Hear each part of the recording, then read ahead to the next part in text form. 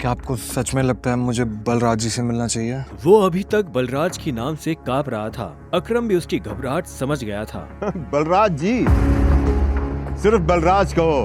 तुम टाइगर हो यार, और जंगल में सारे जानवर टाइगर के नाम के आगे जी लगाते हैं, लेकिन टाइगर कभी किसी जानवर के नाम के आगे जी नहीं लगाता। चलो शाम को मिलते हैं, बाय। अकरम के मुंह से ये बात सुनते ही अभिनव का कॉन्फिडेंस बढ़ गया था। वो अब उस टाइगर जैसा महसूस कर रहा था जो जू से निकलकर जंगल में आ गया हो। अभिनव अपने पुराने ऑफिस से निकलने के बाद अपने घर आ गया था। वो इतने आराम से अपने बिस्तर पर आखिरी बार कब लेटा था उसे याद ही नहीं था। वो बड़ी एक्साइटमेंट के साथ कमरे के दरवाजे की तरफ देख रहा था।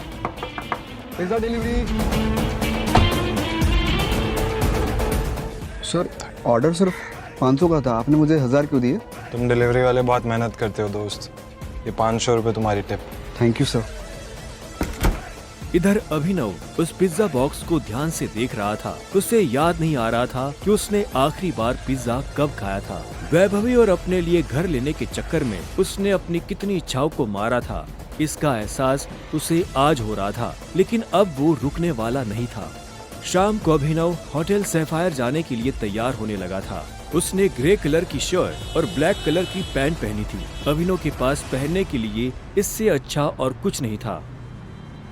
जैसे उसने होटल को बाहर से देखा तो देखता ही रह गया। उसने आज तक इतने बड़े होटल को इतने पास से नहीं देखा था। रुको, अंदर का जा रहा है? अंदर ही जा रहा हूँ, क्या दिक्कत है? अंदर जाना है तुझे? तुझे क्या लगता है कि मैं तुझे अंदर जाने दूंगा? क्यों नहीं जा सकता मैं अंदर? अभिनव समझ गया था कि चीफ सिक्योरिटी ऑफिसर उसके कपड़े देखकर उसे जज कर रहा था। सुन, मैं तेरे जैसे लोगों को बहुत अच्छे से जानता हूँ। फालतू का तमाशा मत कर, निकल यहाँ से। कैसे जानता है तू मुझे? रिश्तेदार है मेरा। जब मैं अंदर जाने के लिए आया हूँ तो वापस क्यों जाऊंगा? ये होटल क्या तेरे बाप की है? बोलना। ये सुनते ही अभिनव का माथा गर्म हो गया, लेकिन उसने गुस्से में कुछ नहीं किया। वो शांत रहा ताकि लोगों का ध्यान उसकी तरफ ना जाए। अभिनव 2 कदम पीछे हटा और उसने फोन निकालकर अकरम को फोन मिला दिया। हाँ टाइगर, कहाँ पहुँचे? मैं ये होटल की एंट्री पे हूँ अकरम। हमारा टेबल नंबर क्या है? Table number? अरे मैं इस होटल का मालिक हूँ, मुझे टेबल बुक करने की जरूरत नहीं है। तुम अंदर जाओ और आराम से बैठो, बस मैं पहुँचने ही वाला हूँ। मैं अंदर नहीं जा पा रहा हूँ। यहाँ पे कोई ये सिक्योरिटी वाला खड़ा है, वो कह रहा है कि मेरे जैसे इंसानों को अंदर नहीं जाने देता है। कौन है ये कथा? तुम एक काम करो, बस 10 मिनट में मैं पहुँचने वाला हूँ, तुम वेट करो, ठीक है? और ये इस ऑफिसर की वजह से मैं तुमसे माफी मांगता हूँ। ठीक, नहीं कोई बात नहीं। क्यों? बहुत हीरो बन रहा था ना? मैंने कहा था मैं तुझे अंदर जाने नहीं दूंगा। अगर प्रधानमंत्री को भी कॉल करेगा ना तब भी नहीं, समझा? चल निकल यहाँ से। अरे वो देखो, तुम्हारा निठल्ला एक्स। आजा मजे लेते इसके।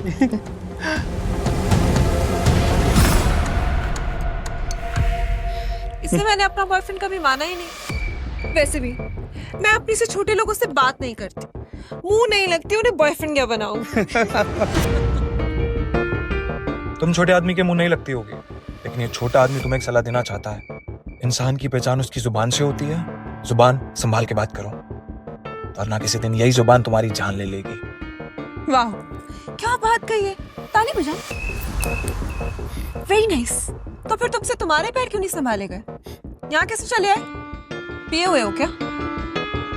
अकरम ने बुलाया मुझे यहाँ पे। अच्छा, अरे हाँ याद आया, अकरम सर ने उस दिन कहा था तू उनके किसी ड्राइवर का बेटा है, तो यहाँ अपने बाप की जगह ड्राइवर की नौकरी मांगने आया क्या? सही है, लेकिन वो रखेंगे नहीं। तेरे जैसे गरीब को वो ड्राइवर भी नहीं रखेंगे। आए हो मतलब तुम्हें बुलाया नहीं गया? वो उठा के चले आए। भिखारी कहेंगे। आया नहीं हूँ, बुलाया मुझे, अकरम ने बुलाया है। मुझे पता ही था ये कोई पागल है। तभी वहाँ एक काले रंग की चमचमाती हुई महंगी सी गाड़ी आकर खड़ी हो गई। सभी पलटकर गाड़ी को देख रहे थे। अकरम गाड़ी से बाहर निकला और उसके साथ एक और आदमी था। वो देखने में लंबा चौड़ा और मजबूत था। वो और कोई नहीं बल्कि बलराज था। वो एक बहुत ही फेमस कपड़ों की कंपनी का मालिक था और साथ ही द माफिया किंग का एक मजबूत पिलर। उसे देख अभिनव की आंखें खुली की खुली रह गई। उसने बलराज के बारे में सुना था। क्या आपको सच में लगता है मुझे बलराज जी से मिलना चाहिए? उसे तस्वीरों में देखा था, लेकिन तस्वीरों में देखने और सामने से देखने में जमीन आसमान का अंतर नजर आ रहा था। उसके मन में यह सवाल उठ रहा था कि आखिर बलराज उससे क्यों मिलना चाहता था। क्या चल रहा है यहाँ? सॉरी सर, लेकिन इस आदमी ने मुझे और कस्टमरों को काफी परेशान किया हुआ है। मैं स्टोर को अंदर जाने से रोक रहा हूँ तो ये यहाँ पे तमाशा कर रहा है। क्या तुम्हारी हिम्मत कैसे हुई इसे चोर कहने की? तुम होते कौन हो इसे अंदर जाने से रोकने वाले? ये होटल तुम्हारे बाप ने खोल रखा है क्या? ये मेरा मेहमान है और तू आज के बाद इस होटल के आसपास भी दिखाई दिया ना तो तेरी टांगे तोड़वा दूंगा। Get lost. Sorry sir.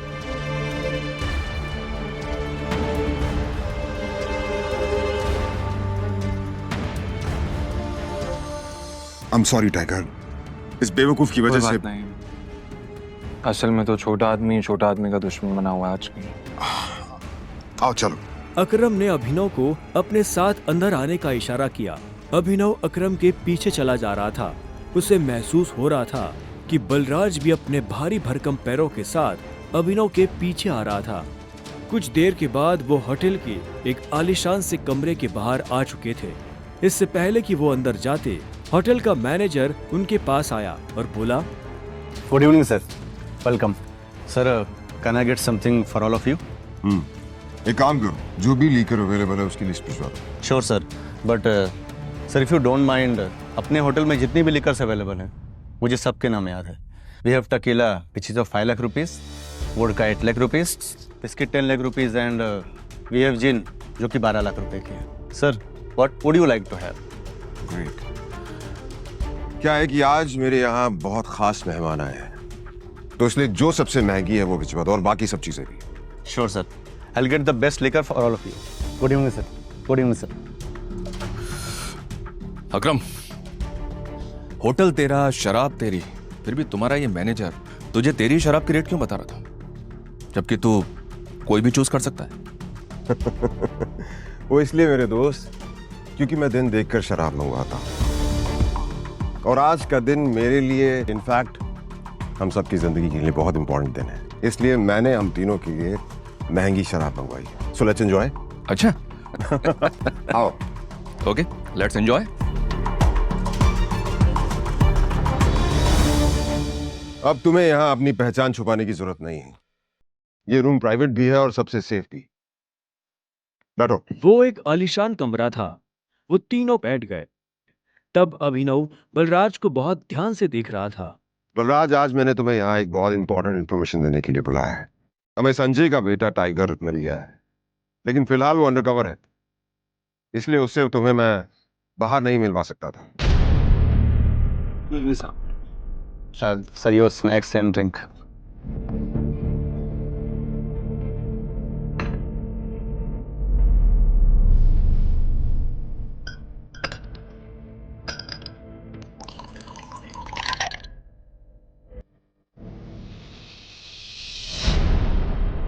Sir Sure. Cheers. Cheers.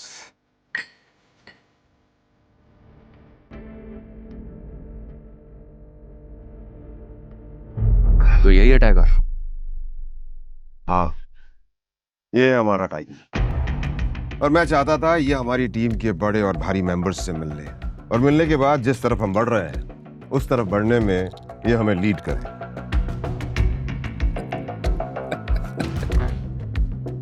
माफ करना दोस्त, पर मुझे थोड़ी हंसी आ रही। वो क्या है ना, सब कुछ तो तू ही बोल रहा है। हमारा ये टाइगर गूंगा है क्या? हाँ बलराज, तुम्हें टाइगर के बारे में इस तरह से बात नहीं करनी चाहिए। माफ करना दोस्त, माफ करना। बोलनेस अच्छी लगी मुझे तुम्हारी। अच्छा,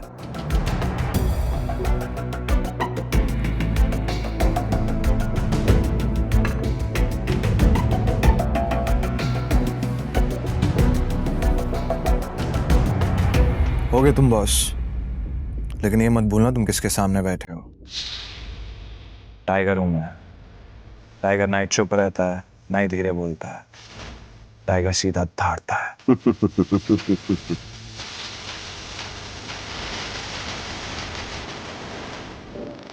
तो तुम टाइगर हो,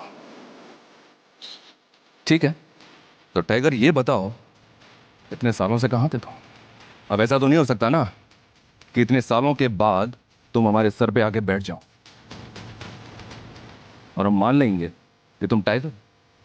मजाक तो नहीं हो रहा है यार? क्यों अकरम, सही कहा ना?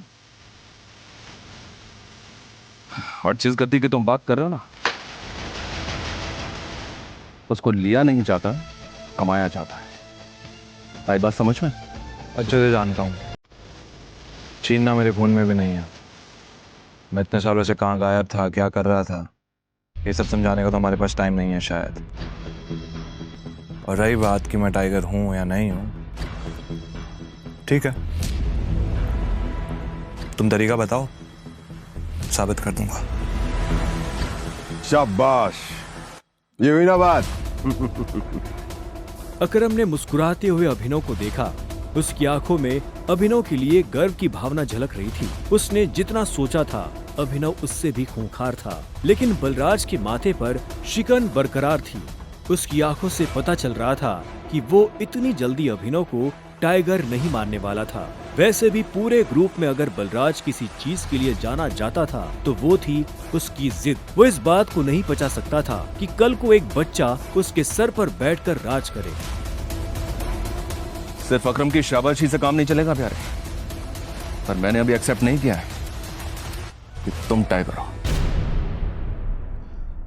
तुमने कहा कि तुम साबित कर सकते हो कि तुम टाइगर हो, तो ठीक है, मैं तुम्हें चैलेंज देना चाहता हूं।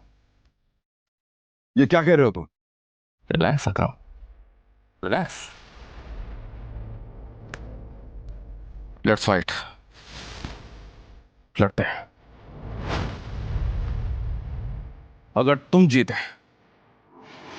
तो हम मान लेंगे कि तुम टाइगर हो, लेकिन अगर तुम हारे तो हमसे कुछ पैसे लेना और गुड़गांव से कहीं बहुत दूर जाकर सेटल हो जाना। बलराज, क्या कह रहे हो तुम? ये सही नहीं है।